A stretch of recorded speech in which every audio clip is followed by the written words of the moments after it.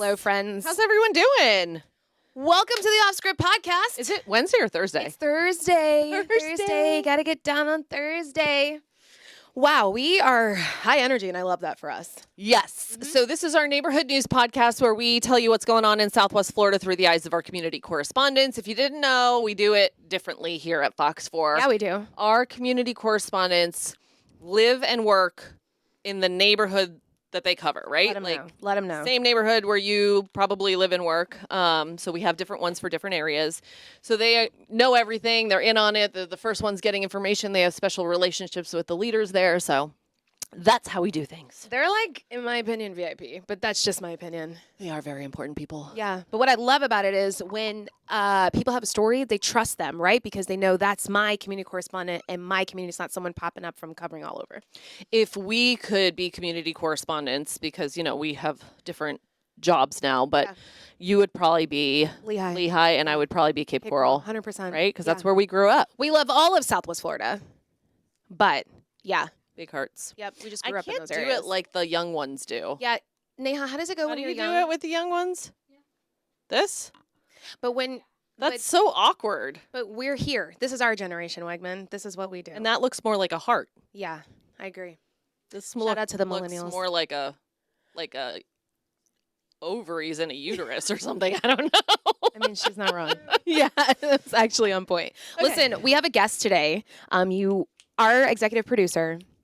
Oh, this is the young person thing. Sorry, yeah. Our executive producer, Carolyn Conti, has been lining up guests for us left and right, and we love it so much. And today she has not disappointed us. We're not going to tell them. No, she's a mystery guest. She'll join us Yeah. in just a couple minutes after we get through some news of the day. But it's going to be good. You want to talk about the yacht club? Yeah, okay. Everyone's talking about the yacht club. I was going to say, it's like I went on the Fox 4 Facebook, things blowing up.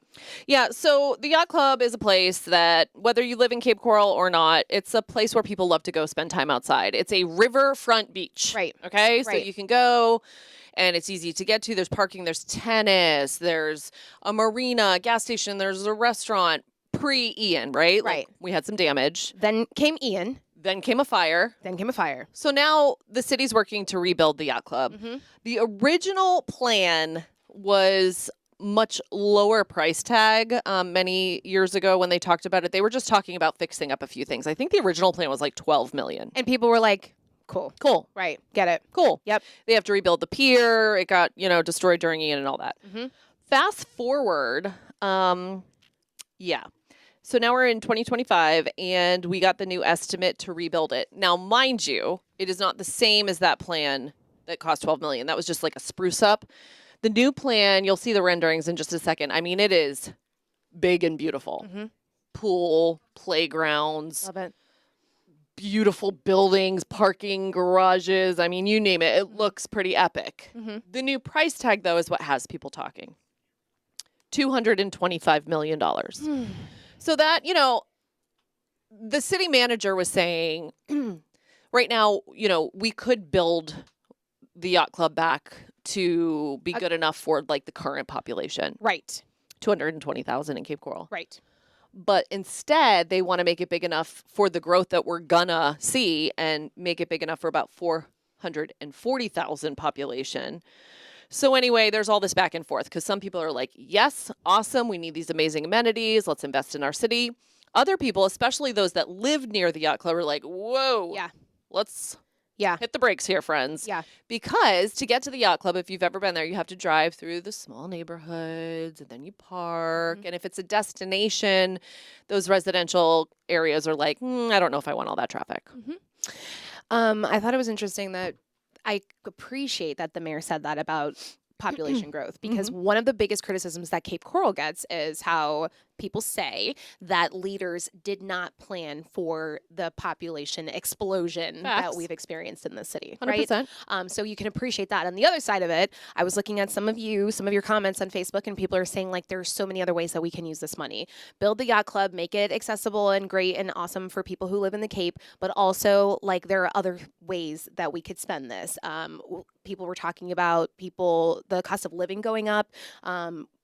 Government funding, stuff like that. They're like, I think those are different buckets, though. they were like, we should focus on those things Yeah. and not focus on development.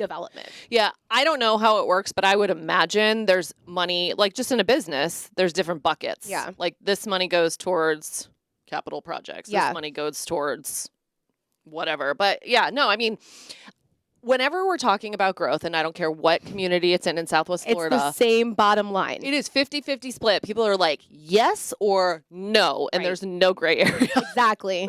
Exactly. I wanted to show you some of the things people were saying on Facebook really quick. Okay. So people were saying, I agree with the city council in finding private sector support because that was Yeah. part of the conversation as well. Mhm. I would add that we should also look into advertising and marketing or sponsorships, like a company sponsoring the splash pad. Sure. Right. And I bet we could probably raise money that way. Right. I thought that was an interesting perspective. Throw some food trucks and some bathrooms in, a couple pavilions, and call it a day. Right. Which is kind of like Slip Away Food Truck Park at the Yes. foot of the Cape Coral Bridge. They kind of already have that vibe there. Exactly. So just an idea of the back and forth and the way people see things. So, and the yacht club traditionally, like back in the day when I was growing up, was a place you could rent the hall for weddings, for graduations. And so I think that building and putting some kind of building where you can have large gatherings is part of the idea as well. So the design is about 90% complete. They haven't like fully put the stamp up approval on it yet. But they're talking about doing things like potentially a 3% public service tax, higher fees when you park in the parking garage or when you pay to dock your boat, just to kind of help fund this. But yeah, we're just going to have to watch it, see, wait, you know. Yep. But they say construction, hold on, let me find my little numbers. Marine work may start late 2025 or early 2026. So that's like now, hot minute. Let's go to our friends in Collier County. Let's go. All right. Our community correspondent out there, Mahmoud Bennett. Mahmoud Bennett, and the rail trail. I'm actually not too familiar with this story. Yeah, you know, I know a little bit about it. So if you want to take a deep dive, you can go see Mahmoud's story on fox4now.com. But basically, Collier County. What? That's cool. Collier County. That was, listen, I have marbles in my mouth this morning. It's all good. It's Thursday. Collier County, they pledged $7 million to convert those old train tracks into multi-city trail. So this would connect North Naples to Bonita Springs and Estero on that Seminole Gulf Railroad track. We've been covering this for a long time. A lot of people were like, don't want it in my backyard. Of course, again, always two people or two sides of the story. But this path where the Seminole Gulf Sea Marbles Railway would be for like bikers, walkers. It's like a trail to be able to, if you want to go, hey, I'm going to go do a 5K plus some. I'm going to go ride my bike for like 3 hours. Bye. Yeah. Yeah. You know? So first phase costs about $70 million. Oh, this is all part of the Paradise Coast Trail, which we have covered before and talked about on the podcast as well. And we could see basically progress for it by 2030 if everyone commits to putting money into the pot. Yeah. So we'll see. It's one of those wait and see. More development. I feel like that's all we talk about in Southwest Florida. One thing we always talk about are food and drinks. Yes. I heard there's a new, is it a restaurant? It's Dutch Bros. I've never been. It's like, Is that how you say it? I guess Dutch Bros. Because, like, I've never had Dutch Bros, but I feel like everyone who talks about it says, like, see, our guest is nodding in her head in agreement. It's in Cape Coral, by the way. The best coffee. There's a new location coming to Cape Coral, and from the looks of the way people talk about this on social media, this is a big deal. Do you remember our photographer, Karen Deerdorf? Of course I do. She used to swear, like, some of the best coffee comes from Dutch Bros. So... Like, and they're the bros. They're not the brothers. They're the bros. Dutch Bros. Yeah. I'm trying to look where this is. Oh, I know where this is. This is like right by St. Andrew's Catholic Church, not far from the Midpoint Bridge. Okay, yeah. Like the church is right here. Yeah. This is Everest Parkway over there. Yeah. Okay. Yeah. Okay. So a lot of I need a coffee shop in that area. And you know what's unique about these locations? It's like a drive-through, right? Like that's the whole idea. It's like you can stay in your car and get some cool, trendy coffee. And so I have to take a poll of the room because we have like 4 people in here. Have you guys had Dutch Bros? No? Okay. It's 50-50 split. It's good? It's good. Okay. And just coffee? Just coffee? Energy drinks. Okay. Not far from there is another beloved energy coffee place, which is Urban Buzz. I love Urban Buzz. Everyone loves Urban Buzz. Yes. Shout out to Urban Buzz. Yes. Because you got a lot of shaking heads in the room for Urban Buzz, too. Yeah. I mean, there's so many. I could keep shouting out Yep. a bunch of places. We could have a whole podcast on local coffee. We really could. All right, Sizzle Dining, my friends, we told you about that. We had Guy on here, and he was telling us when it was getting started that you could go and dine at local restaurants, and they were raising money. This was a fundraiser for Blessings in a Backpack, which, if you don't know, such an amazing organization. They basically send kids home through the summer and over the weekends with food in a backpack that can get them through the time when they're not at school to get those free and reduced breakfasts and lunches. So, Record-breaking numbers. yes, look at this, $87,483. That is crazy work. Congratulations to Guy Clark. This is a gentleman who we were talking about here who was on the podcast. And the entire team. Sizzle Dining is like a production. Like Yeah, a they killed Southwest it. Florida production. All the restaurants that participated. So we wanted to make sure we gave that update because that means when you went to have food or drink at one of those places, you contributed to this. What's So pretty amazing, it was like 127 restaurants, I think, that participated. And I think it was only $1 from every meal went to this. So think about about how many people dined at Sizzle restaurants You're right. throughout that month-long period. it's real. And man, what a difference as it continues to grow it's going to make. So we love that for you. Congrats to the Sizzle Dining team. I think that's awesome. Yes. Also, another way to get involved with the community that we wanted to make sure you know about, Great Clips has partnered with Children's Miracle Network Hospitals to raise funds for Golisano Children's Hospital. Love so maybe that. one of your babies needs a haircut, maybe you or your husband or you need a haircut. You can go to Great Clips in Fort Myers throughout the month of October, and basically you can make a donation for any amount, and then you get a coupon for $2 off your next haircut. I love that. Yeah, pretty good deal right there. We just want to make sure you know about it and know that when you go to Great Clips this month, you are helping out children right here in Southwest Florida at Golisano's. And when you buy your Halloween costume at Spirits of Halloween, you're also helping Golisano Children's Hospital. I know, because I spent a ridiculous amount of money there the other day buying Halloween costumes. I almost fell over when he said the total. Do you want to share with the class the total? I would be mortified to share the total. It was crazy. It was crazy. insane because I had to buy 4 Halloween costumes. I'll just tell you this, it was over $200. Right, It was over 220. right. It was over 230. It was $250. I almost fell over. I was like, "Wait, what?" He goes, "I know. I wouldn't be dressing up if I didn't work here." That's what he said. We had a story about that earlier today, on Ryan's It's Your Money, thanks. Because basically, I was like, which one is it? Because basically, like, people are like, Halloween is so expensive right now with the cost of living and everything like that, right? But my So, mom's like, it's real. I don't feel bad for you. Grab something out of the closet, Yeah. get creative with makeup, which is true. Yeah. The struggle with us was, the girls see, like the twins, see these characters on TV and they're like, I want to be that. Well, also, you have requirements for school, too. Right. So we had requirements for school. They can dress up actually tomorrow, but there's like all these no masks, no makeup, Wigs. no face paint, no wigs, no gore. So then it's like, well, I don't want you to have to water down your Halloween costume Yeah. to wear it to school. So Yeah. then we got a second one. It's my fault. I know. Okay. I get it. Why are you yelling at me? No, I love it. I love that you were the mom that was like, you know what, we're going to get 2 costumes. Also, that just solves a lot of problems for you. Instead of trying to be like, well, you can't wear the wig today, you can't wear this today. 2 separate costumes, it's done. Yeah. And they're very cute. Next year they can switch. And I'll be like, look at that. It's free. Good times. Alrighty. Our producer, Allie Simon, brought up this topic. And I Okay. thought it was definitely worth talking about because all the TikTok girlies are definitely talking about this. Well, then I'm not talking about it because, I barely sign on to TikTok. Well, that's just one platform because you have talked about it on the television. Okay. Marlena Velez is her name. Mhm. This is this woman from Cape Coral. She's a social media influencer. Mhm. Has like so many followers, specifically on TikTok. Mhm. And she still does document her life, like vlogging. Okay. In day in the life, getting the kids ready for school, getting the kids ready for this, like advertising certain products and stuff like that. Well, we ran her story a couple months ago because she swiped some items from Target. Mm. Okay. And, Oh, this is the Target lady, the Cape Coral Police. accused repeat offender? yes. Gotcha. Cape Coral Police says that she swiped some items from Target. And so that was a big story because she was an influencer, right? Yep. So many people in the comments are like, I love your life. Oh my gosh, your life is so beautiful, blah, blah, blah, blah, blah. Well, then we just recently ran a story on her again right? Remember? Yeah. Because She did again. she was, according to Cape Coral Accused. Police, she was accused of doing it again. Yes. And then also, it definitely, according to the police, say that they pulled her over, she drove off, then they found her again, and they found her basically like laying down on the floorboard in the back of a car, like trying to hide from police.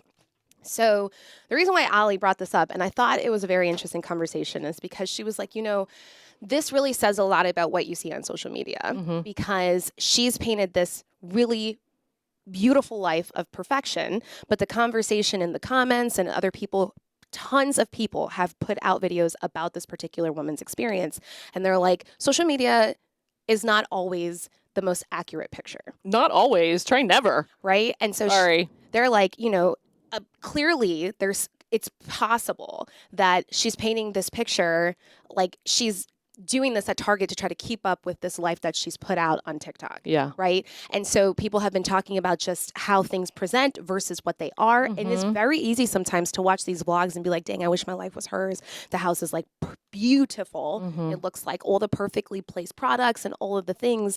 But in real life, like there's something really complicated going on where it's like you feel like you have to swipe items from Target to keep up with that lifestyle, if that's the case. Yeah, there was a study recently that we reported on the news that was saying like scrolling through Facebook in particular, I cannot talk this morning, can like cause depression because you're looking at the beautiful life of this person. Oh, look at how much fun this person is having. And I actually was thinking the other day, social media, while amazing for some things, right? Like we'd love to connect with people. We use it to get information to you guys. Right. Like you never wake up and you're like, damn, I look like Ish. Let me take a picture and post that. You know what I mean? Or, wow, my dinner turned out disgusting looking. I mean, sometimes people do, but you know what I'm saying? It's always like the perfection, which I think kind of speaks to what you're talking about. Agreed. And I think it also speaks to the people who are like de-influencers. I don't know if you've heard of them. You guys know what I'm talking about? The de-influencers, the people who are like doing what you're talking about. They're like, listen, I'm going to post my real life, no real filter. struggles. Absolutely. And I think that just goes to show how important that is, because there are people who, honestly, it's not there are people.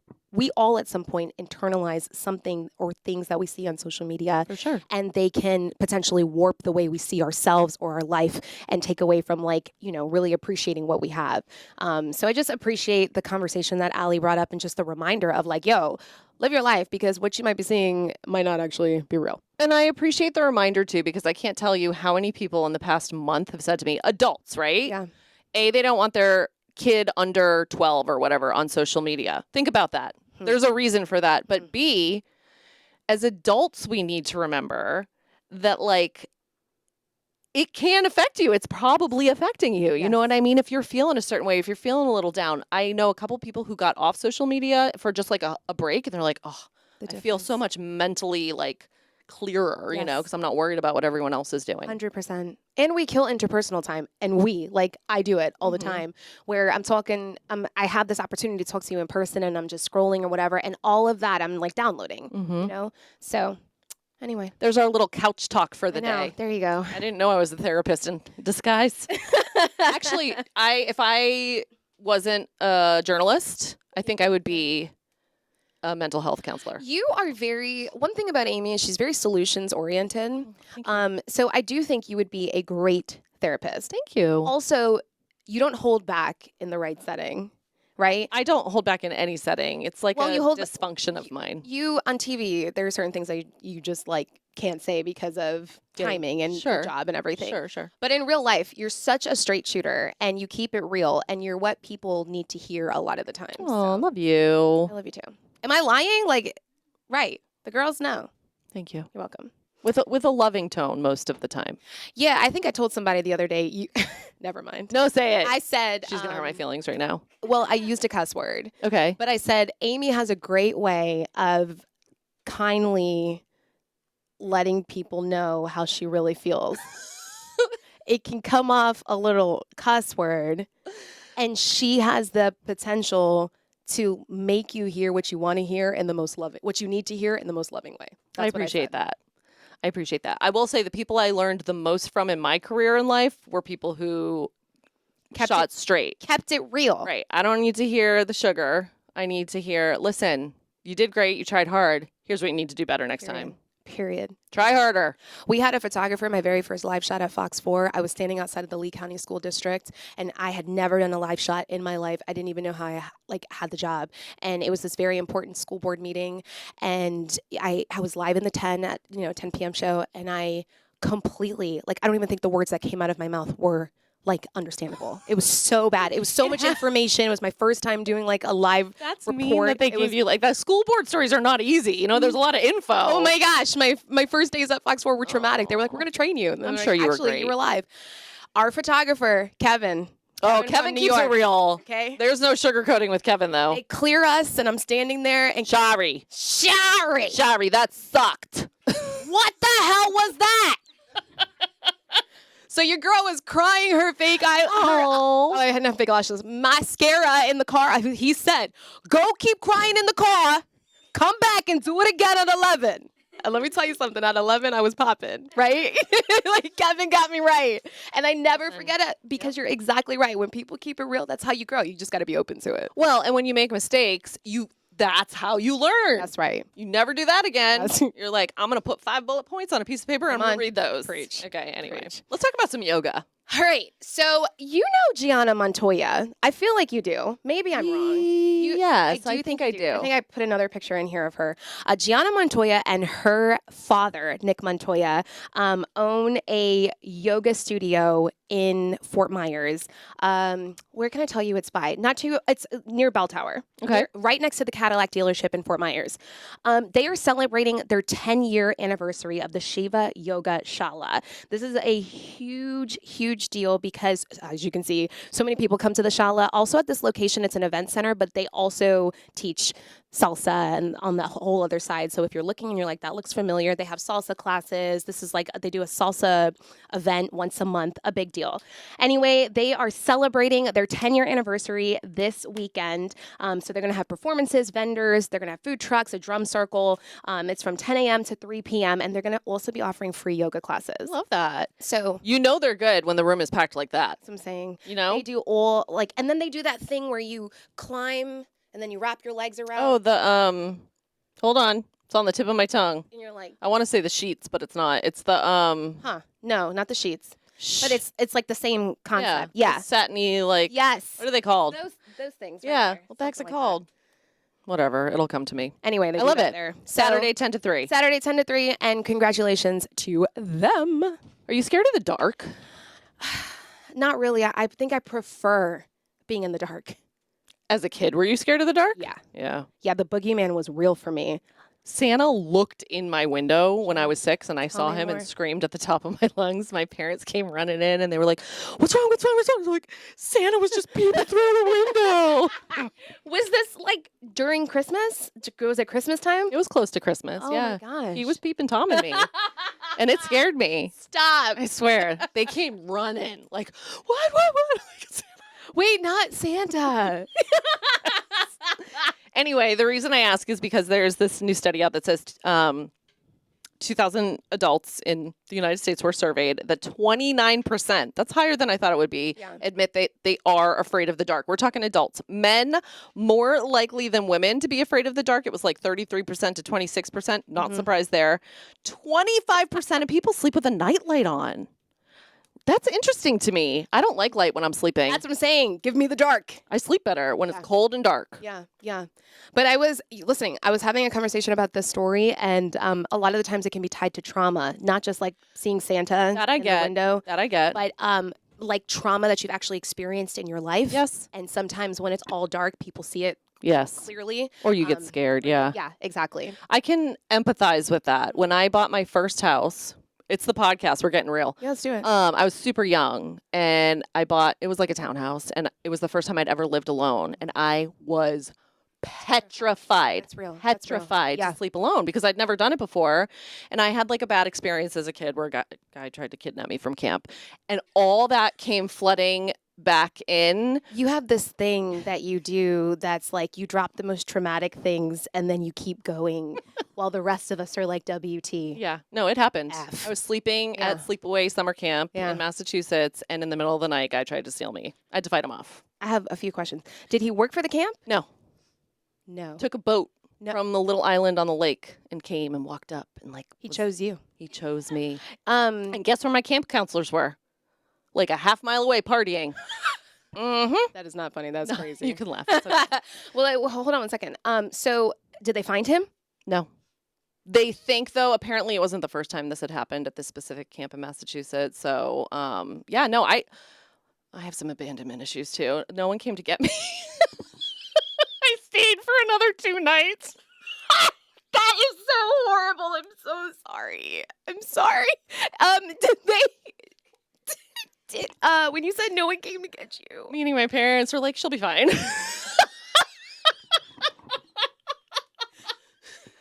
So the camp calls in my mother's Amy almost defense- got Yeah, abducted. the police were there, but in their defense, they were like, don't come get her. You're just going to mess her up for life. Just she'll be fine. It was like the 80s, you know? Okay. So anyway, fast forward.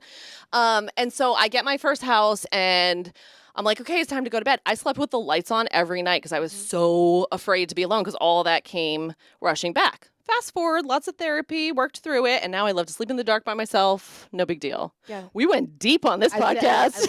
I love it. Honestly, after the podcast, like the podcast after the podcast is when it really gets deep because then we get the producers involved in the conversation and you would not believe the things that come out. But anyway. Yeah.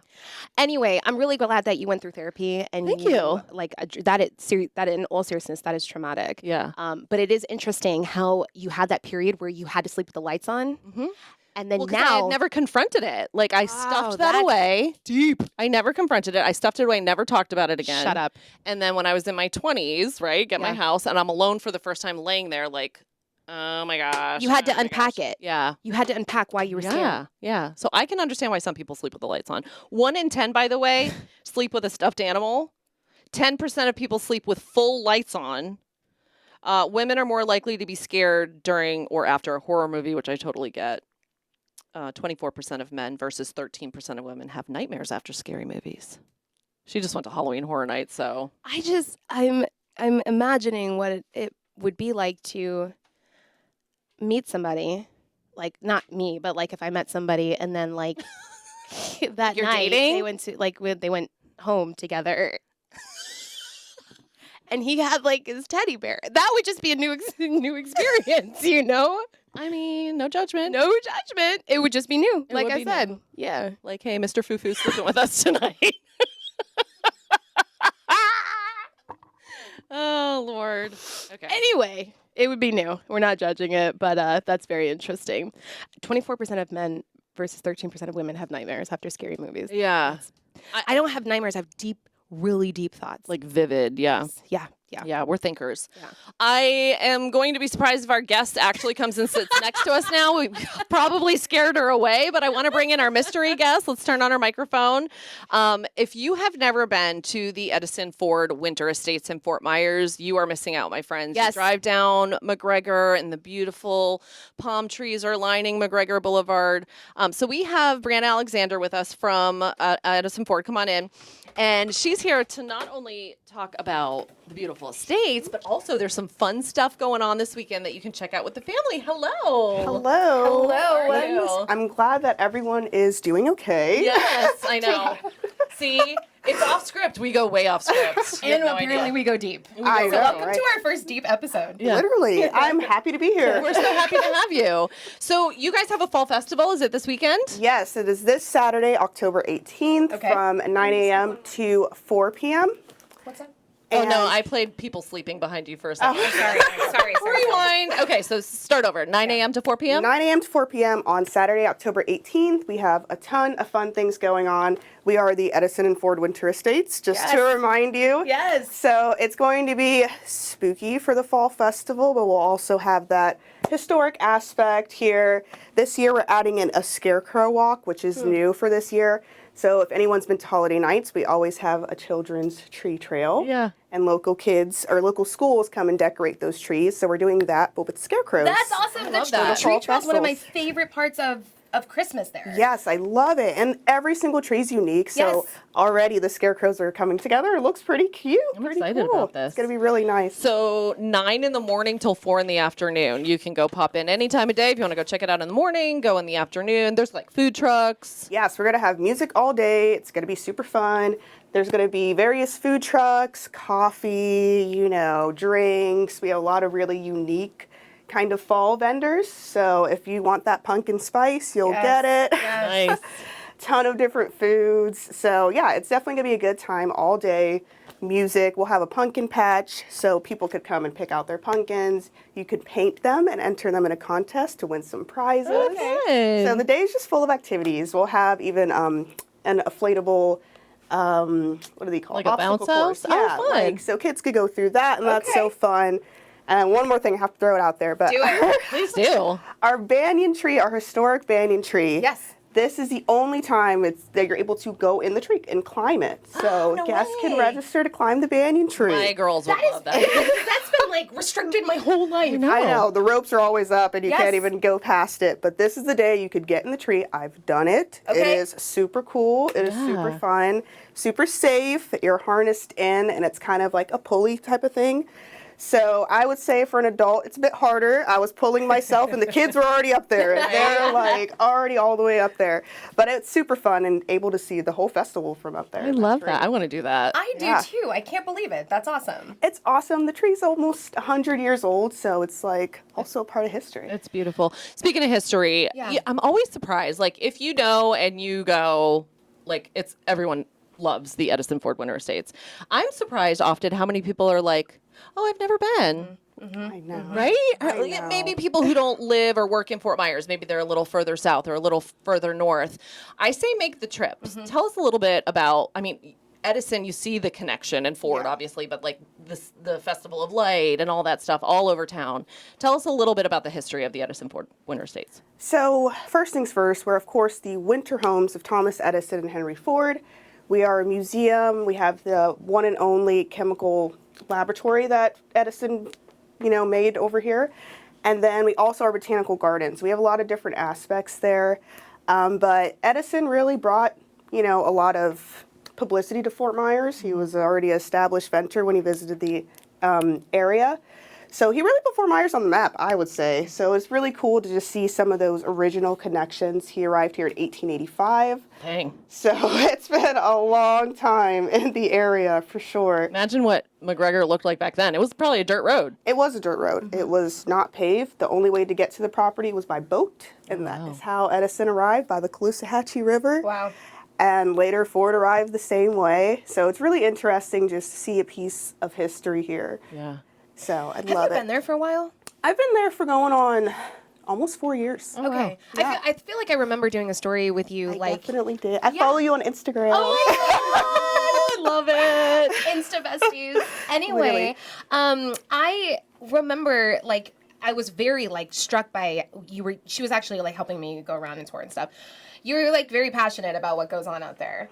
For people who have not been, like Amy's talking about, what is Yeah. the thing that you want people to know about this experience? I would say it's a unique experience for someone that's not even necessarily a history buff. I would say it's just really interesting, the botanical aspect of it too.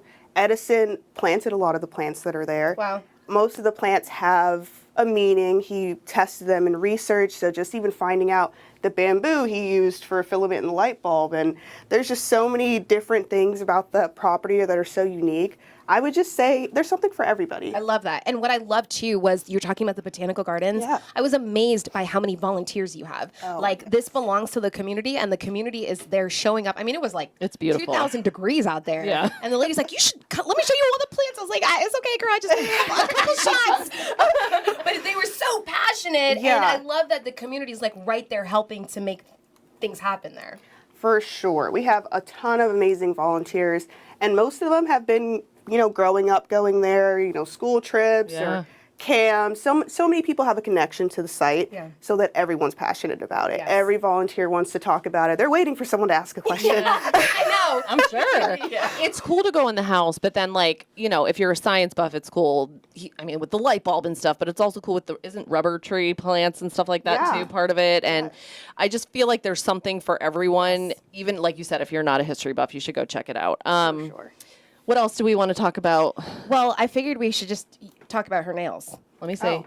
Well, the fall festival. Oh, is this girl, those are weekend, beautiful. So I have They- spooky nails. I love that. Neha approved. She's our nail correspondent. Yeah. Yes. Thank you. And we do love your earrings as well. Yes, you. she's got the little pumpkins on. Yeah. She's Yeah. so cute. Yeah. I love it. Well, fall festival. Fall festival this Saturday Okay. from You want 9 to to see 4. Shari climbing the banyan tree? Oh, Get on yeah.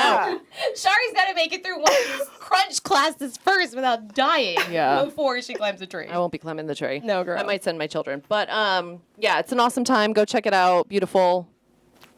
Just like her. Yeah, that's right. gosh, well, thank Stunning. Yeah. Yeah. Seriously, I'm like staring at your makeup. Oh my God. So I mean, we good. just might as well open up the conversation. What foundation are you using? I'm using REM Beauty by Ariana Grande. Oh, really? we approve Yes. of You look like airbrushed. Thank you. Yes. I'm going Sure. for the Grande effect. Your for sure. like the eye makeup is beautiful. I've just kind of been stalking her while she was sitting here talking. So if you felt me staring at you, I Oh, was. that's okay. Yeah. I think we all were. Yes. It's all good. I love it. I love it. Yeah. Thank you, guys. Stunning. We're all over the Yeah. place on the podcast It's today. okay. I prefer it's it a this good way. day. Yeah, It's it's a a good way day. for us to like disconnect, and also it means like we enjoy having you here. Yeah. Exactly. Yes. This was good talking to you guys. Oh, thank Made you. my nerves go away. Okay, good.